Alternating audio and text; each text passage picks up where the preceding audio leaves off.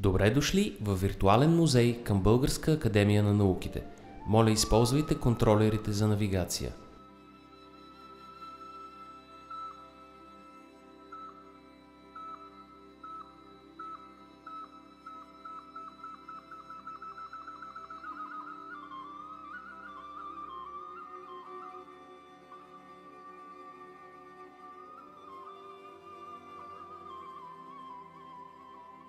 Празнична женска носия от град Банско от втората половина на 19 век.